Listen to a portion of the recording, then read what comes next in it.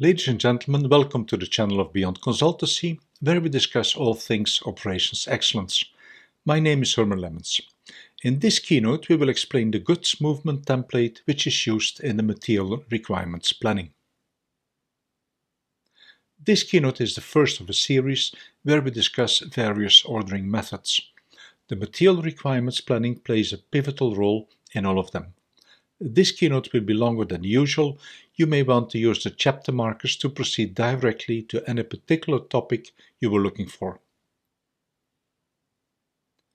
The Material Requirements Planning, abbreviated as MRP, was designed by Josef Orlicki in the early 1960s.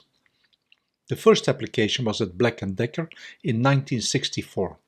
It was introduced while reorder point inventory systems were still the order of the day. The Material Requirements Planning schedules both the material purchase orders as well as the production work orders, while at all times controlling the inventories.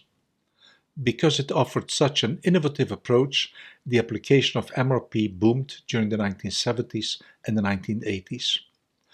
The initial MRP system, however, had some limitations. These were addressed in what is called MRP2.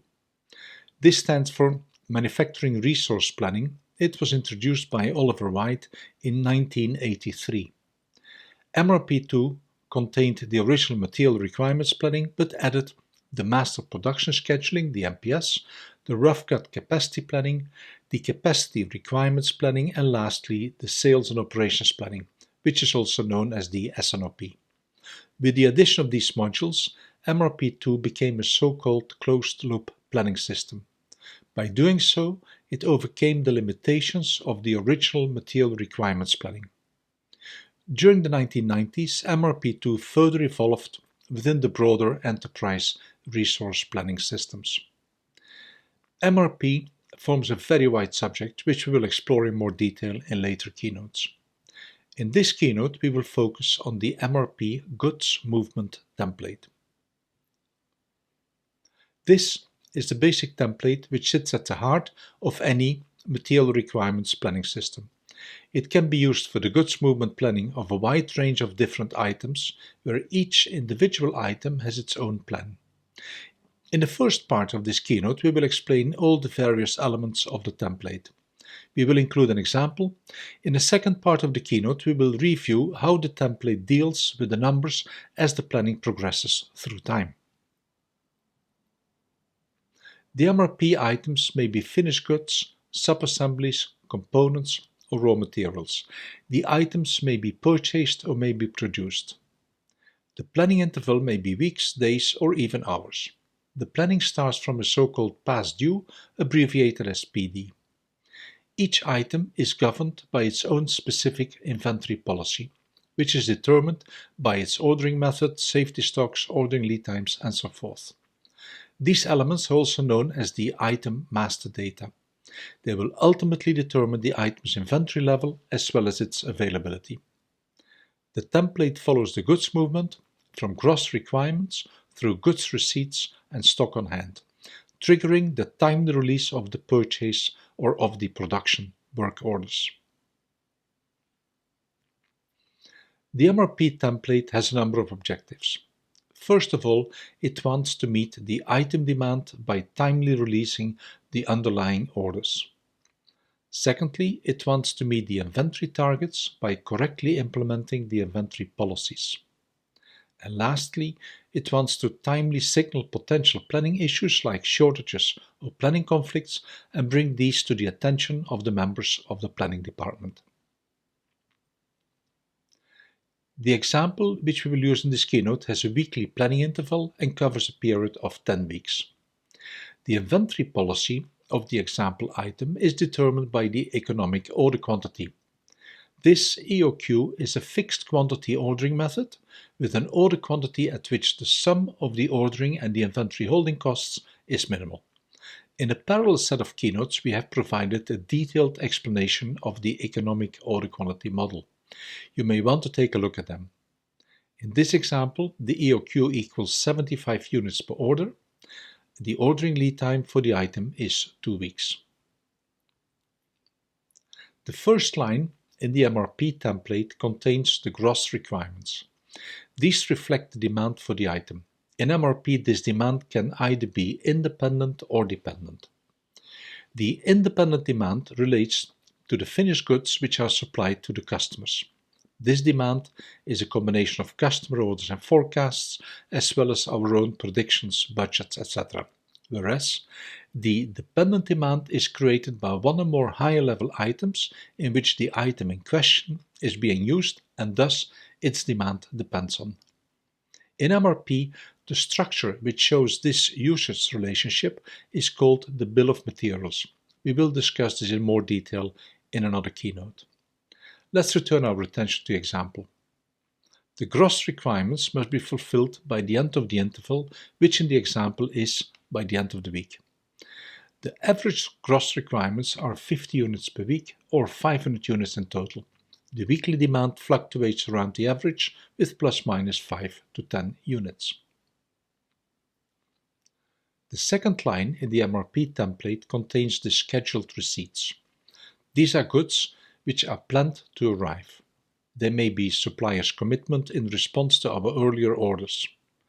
Note that the goods should arrive timely, preferably in the beginning of the week, otherwise we may not have sufficient time to actually use them. In the example, the supplier committed that 75 units will timely arrive in week 01.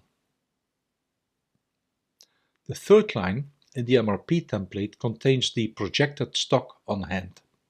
It is the number of items available in stock by the end of the week. It is calculated week by week through the following formula. The stock by the end of week N is determined by the stock by the end of the previous week N-1 plus the scheduled receipts minus the gross requirements during the current week N. For instance, the stock on hand by the end of week 01 is calculated from the past due stock of 75 units plus the scheduled receipts of 75 units minus the gross requirements of 50 units, resulting in a stock on hand of 100 units. We can continue this calculation for the remainder of the planning timeline, and we note that by the end of week 10, the negative projected stock actually signals a shortage of 350 units. The fourth line calculates the net requirements. If the stock on hand and the scheduled receipts are sufficient to meet the gross requirements, then the net requirements are 0. If not, the net requirements reflect how much is needed to meet the gross requirements. In the first 2 weeks, the net requirements are 0. In the first 2 weeks, the gross requirements can be fulfilled from the scheduled receipts and the stock on hand. However, in the third week, there is a gap of 15 units between the gross requirements of 60 and the available stock of 45. Hence, the net requirements are 15. From then onwards, there are no stocks. Hence, for all the remaining weeks, the net requirements equal the gross requirements. The fifth line contains the planned order receipts. These are determined by considering the net requirements in combination with the item's inventory policy. For instance, in week 03, we need to receive an order to cover the net requirements of 15 units. However, because of the economic order quantity policy for the item, we must plan to receive an order for 75 units instead. The end-of-week stocks will be re-evaluated using the following formula, which is extended by also taking into account the planned receipts. In the example, the projected stock by the end of week 03 becomes 60 units, that is the 45 plus 75 minus 60. Note that because of the planned order receipt of 75 units in week 03, the net requirements for the succeeding weeks have changed accordingly. Indeed, the gross requirements for week 03 and 04 are covered, but we need to plan for a second order to arrive in week 05, covering for the net requirements of 45 units. The order size is the same economic order quantity of 75 units. Thus far, we have planned to receive 2 orders of 75 units. Note that the shortage by week 10 has reduced to 200 units.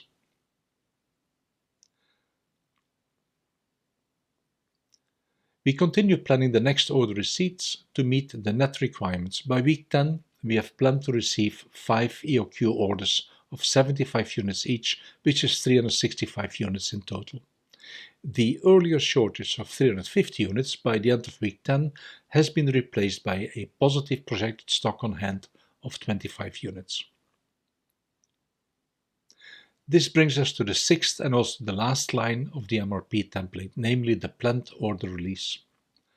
Clearly, the orders need to be released in time. With an ordering lead time of 2 weeks, we plan to release the orders 2 weeks ahead of their planned reception. Hence, we need to release a first order in week 01 for it to timely arrive in week 03, and so on and so forth. Note that due to the nature of the planning scheme, for the time being, the last 2 weeks of the planned order releases still remain open. The conclusion of this planning round is that from order, timing and inventory policy point of view, we will be able to meet the gross requirements timely and in full, which for an operations manager is always nice to hear. With this, we have also come to the end of the first part of this keynote, the part where we explained the elements in the MRP template. In the second part, we will review how the template deals with the numbers as the planning moves forward in time. Imagine we have a planning meeting at the beginning of each week. In this meeting, we review the plan and, if needed, we approve the release of any planned orders.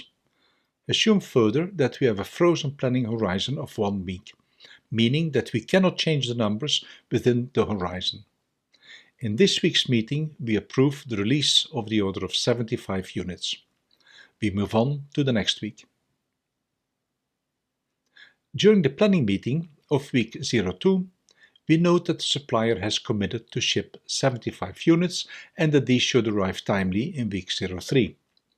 This is entered as a scheduled receipt of 75 units in week 03, hence the net requirements for that week drop to 0. At the same time, the earlier planned order receipt for week 03 should be deleted to avoid double counting in the projected stock on hand. All the other planning numbers for week 02 are confirmed. We move on to the next week.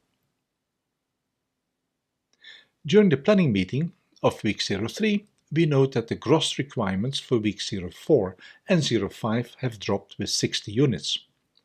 Thus, the net requirements for week 05 also became 0. Hence, we can delete the earlier planned order of 75 units and thus do not need to release any orders this week. All the other planning numbers for week 03 are confirmed and we move on to the next week. During the planning meeting of week 04, we note that the gross requirements for week 05 have increased from 20 units to 45. However, we have insufficient time available to catch up. We will be 10 units short in week 05. We can plan to deliver them in week 06 on top of the 45 units in the existing gross requirements. We decide to release this week's planned order of 75 units and plan to release an extra order next week. Let's move on. The gross requirements for weeks 05 and 06 were adjusted according to the item availability. During the planning meeting of 05, we note that the supplier has committed to ship 75 units arriving timely in week 06. This is entered as a scheduled receipt. The net requirements for week 06 drop to 0 and we delete the planned order receipt to avoid double counting. We release this week's planned order of 75 units and move on to the next week. We are now in week 06. Our supplier issued a warning that we will suffer a shipment delay of 1 week. This will result in a shortage of 20 units during next week. Because we do not have time to recover, we asked our supplier to try very hard to pull in at least 20 units to make a fast-track delivery so that we will not decommit on our supply planning. Let's see what happens. Our supplier fortunately managed to pull in 20 units of the 75 ordered. The remaining 55 will still arrive in week 08. With these 20 units timely available, we have avoided a delivery shortage. We approve the release of this week's planned order of 75 units, and let's move to the next week. We are in week 08. The supplier has committed to ship 75 units, which will timely arrive in week 09. We note this as a scheduled receipt and delete the corresponding earlier planned order receipt for week 09. We decide to release this week's planned order of 75 units and move on to the next week. We are in week 09. Also this time the supplier has committed to ship 75 units, which will timely arrive in week 010.